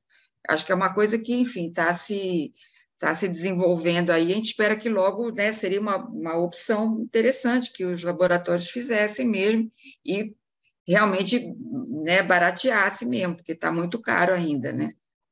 Ainda tem essa questão. Certo. Outra questão aqui colocada para os dois quanto ao custo, o SUS está preparado para fornecer essa medicação para toda a população-chave? Quer falar, Alexandre? Então, na realidade, assim, todos os estudos de uso de tenofovir mostra que é custo efetivo, incluindo a ampliação da cobertura para aquelas pessoas que estão em risco. Então, há vantagens para os SUS, há muita redução de custos em relação ao tratamento, inclusive, né? Então, de fato, há muito benefício. Para o cabotegravir ainda não há estudos feitos no contexto brasileiro. Acho que os estudos que vão ser feitos agora vão dar, mas também aponta para esse sentido, né? Não, e o Ministério realmente ele está desde o começo, né? Ele deixou claro que não tem, né? Que a gente pode prescrever, que tem. Tanto que tinha até uma discussão, né? Eu lembro que eu brigava essa história de você dar para casal soro discordante por conta do I igual a I. Eu falei, não, se tem que priorizar quem está vulnerável, né? A gente acredita no I igual a I. E depois a gente foi vendo que o Ministério deixou tranquilo que realmente tá se comprando, acho que tem o genérico, enfim, já barateou bastante, né? E, enfim, né, ampliou para a rede privada. Eu, assim, não tem nenhuma sinalização que tem problema, quer dizer, quem precisa é o que eles falaram lá, é PrEP para quem precisa, sem problema com se pensar em falta ou qualquer coisa nesse sentido. Lógico que a cabotegravia é uma outra questão, né? Eles já estão vendo, né? A discussão já iniciou, mas o preço a gente imagina que é bem mais caro, né? Não sei. Aí vai depender do preço, né, Denise? Porque a É, custo-efetividade vai ser calculada conforme o preço, conforme os casos uhum, que ele consegue prevenir, né? é, Não só o preço da medicação, mas o custo total da uhum, intervenção, né? é. Aqui, acho que ele está comentando uma frase da Denise: captar pessoas que não entendem, que não se entendem em risco, né? Então a Uhum. pergunta é: uma mulher hétero que não costuma usar preservativo nas relações sexuais eventuais pode ser eletiva para o uso de PrEP? Pode, então, essa que é a questão, né, que a gente fica, né, que a gente tem que ampliar o nosso horizonte, né, então, uma realidade que a gente está vivendo bastante grande é com relação ao sexo químico, né, o quinsex, que é dito, então, é muito comum, né, quer dizer, os usuários de PrEP, né, terem, né, essa questão do sexo junto com drogas, e também álcool, enfim. Então, tem situações que, né, tem mulheres cis e homens héteros, homens cis, héteros, enfim, que se expõem, né? Então, tem indicação, você tem indicação, de repente, talvez para um momento mais curto da vida, uma fase mais agitada assim da vida, não seja tão prolongado que nem população HSH, mas tem sim. Então, eu acho que é você avaliar com a pessoa essa questão e até fazer a pessoa pensar que, de repente, ela nem sente, né? A gente pega isso em PEP, né? Meninas jovens que vão para a balada e aí vão buscar PEP. Aí, então, você tem que sentar e conversar para ver se isso é uma coisa frequente, né? Talvez tenha que se pensar nisso, né? Infelizmente, PrEP sob demanda não serve para mulher, né? A gente falou mais ou menos por alto, mas não tem estudo ainda, né? Só para HSH, que seria uma opção, né? Eu só falei uma observação, né, de que os desfechos relacionados à PrEP em pessoas com baixa percepção de risco, elas tendem a ser pior, né? Então, tanto a adesão como a continuidade, ela acaba caindo. Eu super concordo com a Denise. Tem que fazer a prescrição, porque, de fato, o impacto do PrEP é muito importante. Mas, para essas pessoas, eu acho que tem que trabalhar um pouco no início um pouco a noção do risco e a importância do uso mais correto, né? Adequado. Certo. O segmento da PrEP pode ser feito por qualquer médico ou enfermeiro? Sim, então, essa que é a ideia, né? O que a gente estava dizendo, né? Então, eu citei, por exemplo, né, já um ginecologista, porque, né, vai atender a mulher numa situação né, usual, ainda mais se for. A gente fez treinamento, né, Alexandre, acho que é no Campos Elíseos, se eu não me engano, que tinha muita profissional do sexo, a gente treinou as ginecologistas para atender e aproveitar o momento, porque isso é uma ideia interessante que a gente usa, por exemplo, na população trans, né? Você, no mesmo serviço, você oferecer várias possibilidades. Se ela vai buscar o hormônio, né, sexual, aí já também pega a PrEP.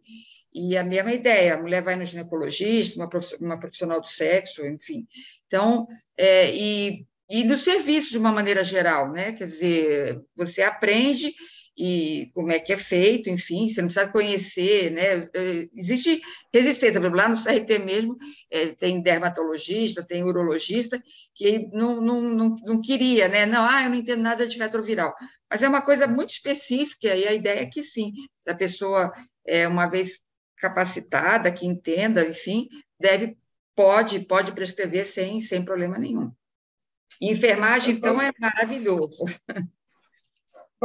Vamos lembrar, né, que acho que com esse período todo de experiência de PrEP, a gente acabou descobrindo de fato que PrEP é um esquema é muito mais simples, né, do que a gente imaginávamos, que nós imaginávamos no início. Hoje tem experiências muito bem sucedidas, inclusive de prescrição e acompanhamento de PrEP para o profissional leigo, né? A Tailândia, alguns países da Ásia têm utilizado, tem sido avaliado com bons resultados. Então, eu acho que para a ampliação da cobertura é muito bem-vindo a inclusão desses profissionais. Acho que a gente deveria, inclusive, começar a pensar nessa prescrição também para profissionais leigos. Perfeito. Uma pergunta aqui. Gostaria de comentários quanto ao uso de PrEP em casais sorodiferentes, quando não há adesão à TAV pela pessoa vivendo com HIV e alta suspeição ou confirmação de resistência. Existe alguma outra opção de profilaxia? Quer dizer, acho que a pessoa está preocupada com a infecção por resistente, né, Denise? O que você acha? Isso é complicado, porque o correto seria a pessoa que tem HIV tomar o remédio corretamente, quer dizer, é o mais, né, é o certo. Agora, aproveitar essa pergunta e lembrar disso, né, que eu até comentei antes. A pessoa que, né, um casal, soro diferente, mas que mesmo que a pessoa tenha adesão, a gente sabe do igual, aí a pessoa que não tem HIV tem o direito de querer se proteger, quer dizer, para além, né, a proteção que ela mesma vai tomar conta disso, não vai esperar a adesão do outro, né? Então, isso é um direito, isso está dado, né? A gente, né, como eu já disse, não tem problema. Agora, se a pessoa não toma, quer dizer, acho que isso não é uma boa ideia, não, né? A pessoa ficar tomando irregular, tá detectável, por isso eu vou fazer PrEP, porque realmente tem o risco de selecionar a cepa, né, fazer uma resistência, adquirir a infecção HIV ainda por um vírus resistente. Então, isso não é uma boa ideia, a gente tem que convencer, acho que quem usa, né, quem tem HIV, usar corretamente o antirretroviral, né, fazer genotipagem, enfim, o que for preciso. Se no meu serviço não consigo ter resultado de creatinina para calcular a depuração, para iniciar a PrEP, posso iniciar a PrEP e após alguns dias colher, checar o resultado, por exemplo, em 15 dias, pensando em pessoas jovens sem comorbidades? Não, claro, isso foi o que a gente falou, né? Quer dizer, o padrão ouro, assim, que a gente imagina, que a gente gostaria que acontecesse, é assim, a pessoa chega, você identifica, ou a pessoa vem buscando a PrEP, colhe os exames todos, você só vai ter o resultado do teste rápido HIV, né? Então, dali a 30 dias que você vai ver a creatinina. Então, isso não tem problema, seriam 30 dias de uso de tenofovir, é, não costuma ter problema, né? Quer dizer, não costuma ter alteração de creatinina, e mesmo depois se tivesse, né? 30 dias não vai, né, fazer nenhuma lesão, enfim, uma coisa grave. Então, tranquilamente, essa é a ideia mesmo, você iniciar a PrEP só com teste rápido, anti-HIV não reagente. Depois você vê o restante dos exames, sem problema nenhum. Legal. Aqui uma outra questão, assim, ó, desculpe se está fora de contexto. Não, aqui não tem nada fora de contexto, estamos todos no contexto. Uma pessoa fazendo profilaxia pós-exposição, enquanto ela está fazendo a profilaxia pós-exposição, ela está protegida contra a infecção pelo HIV? Então, isso também a gente foi aprendendo, né? A gente tem aprendido bastante, né, nesses anos. Então, se a pessoa está, por exemplo, pelo menos lá depois do 17º dia, né, Paulo, que a gente sabe que a PEP, 28 dias, é por conta de estudos, né, como é que é a dinâmica viral. Então, por isso tem que ser mantido 28 dias, senão você não tem segurança que ela vai ser efetiva. Então, se já tem esse tempo, a pessoa está protegida sim. Porque antigamente a gente fazia, teve uma outra exposição, completa mais 28, e pela ideia da PrEP, isso que é interessante, né? A gente aprendeu que não, ela está protegida, está tomando 3 antirretrovirais, então a minha resposta é que sim, que ela está protegida. Agora, depende, se tem 2 dias só. Bom, enfim, mas ela vai continuar, eu acho que aí também, né, Paulo, dá sua opinião aí também. Eu acho que não teria problema, não, né? Mas, lógico, não é essa incentivar, estou com o PEP, vou sair aí É, na luta. eu concordo, eu acho que aí é só fazer a sequência de sorologias, acompanhamento direitinho da PEP, né? E depois oferecer PrEP, na sequência imediata, né? Eu acho que seria muito interessante aí oferecer para essa pessoa, se ela é vulnerável, se ela se expõe sem prevenção por outros métodos, né, oferecer a sequência imediata de PrEP e terminar o acompanhamento da PrEP direitinho, né? Protege, sim, com certeza. Se a pessoa não adquiriu antes da PrEP, ela vai ter essa proteção e depois deve continuar com a PrEP imediatamente, né? Ah, Aqui a pergunta é se há alguma previsão de implementação de PrEP injetável e demais formulações no Brasil. É, eu vou dizer que ainda não existe. A Anvisa precisa aprovar e depois precisa haver uma negociação entre o Ministério da Saúde e a empresa farmacêutica que produz a medicação, né? Isso tem um processo longo, existe incorporação pela Conitec, então isso de fato ainda tem todo um processo que é o regulamentar para todas as tecnologias de incorporação no SUS, né? Paulo, Oi. só comentar que tem 2 projetos, né, de implementação para CAB, né, para longa duração, um com adultos e outro com adolescentes, né? Então, acho que essa vai ser uma fase que possibilita, na verdade, eu do PrEP 15/19 que eu apresentei, na verdade, a segunda fase é com o uso do CAB e deve começar agora no começo do ano, né, para adulto também. Então, acho que isso deve acelerar também depois da aprovação da Anvisa a implantação de mais rapidamente, né, com um protocolo mais definido. Aqui estão pedindo, Denise, para confirmar que você tinha comentado que para iniciar a PrEP com 2 comprimidos no primeiro dia, é, e depois continuar na sequência de 1 ao dia, né? E para pessoas com vagina, não há proteção em 2 horas, correto? Eu acho que aí é sobre a questão do início da PrEP, né? Para pessoas com vagina, né? Por É. exemplo, homens trans ou mulheres cis, né? Uhum. Então, porque a ideia é que, assim, foi o que eu falei, a gente tem que fazer as coisas baseadas em estudos, né? Então, os estudos da PrEP sob demanda só foram feitos em homens, né?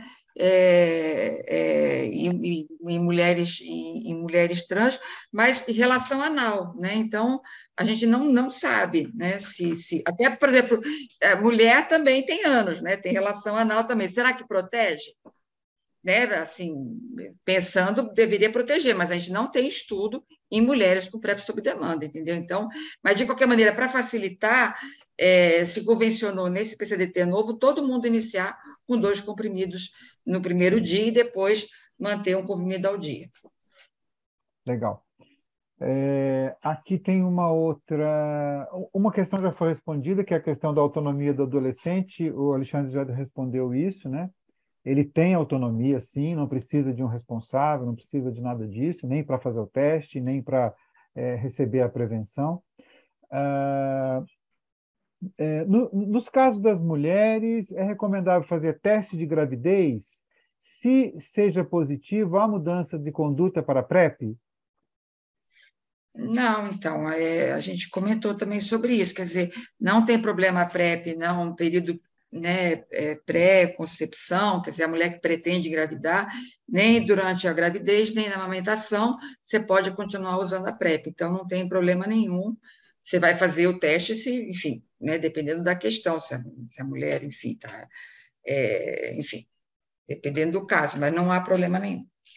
Eu acho que é exatamente o contrário. A PrEP hoje ela veio para ajudar, né, na concepção, né, na concepção segura. É mais um método super importante, além do I igual a I, além de todo o suporte dos especialistas em reprodução humana.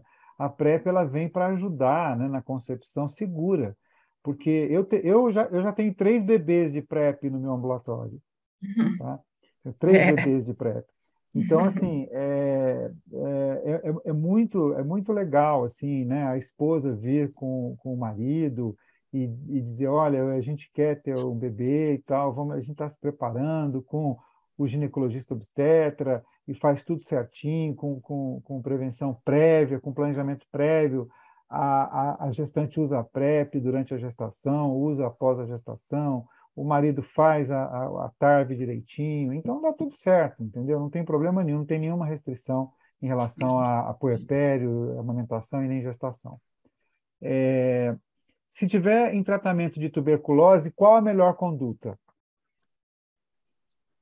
Como assim? Não entendi. Eu acho que a interação medicamentosa não muda nada, não tem, entre citabina e tenofovir tem zero interação com as medicações da tuberculose. Mantém a PrEP normalmente, né?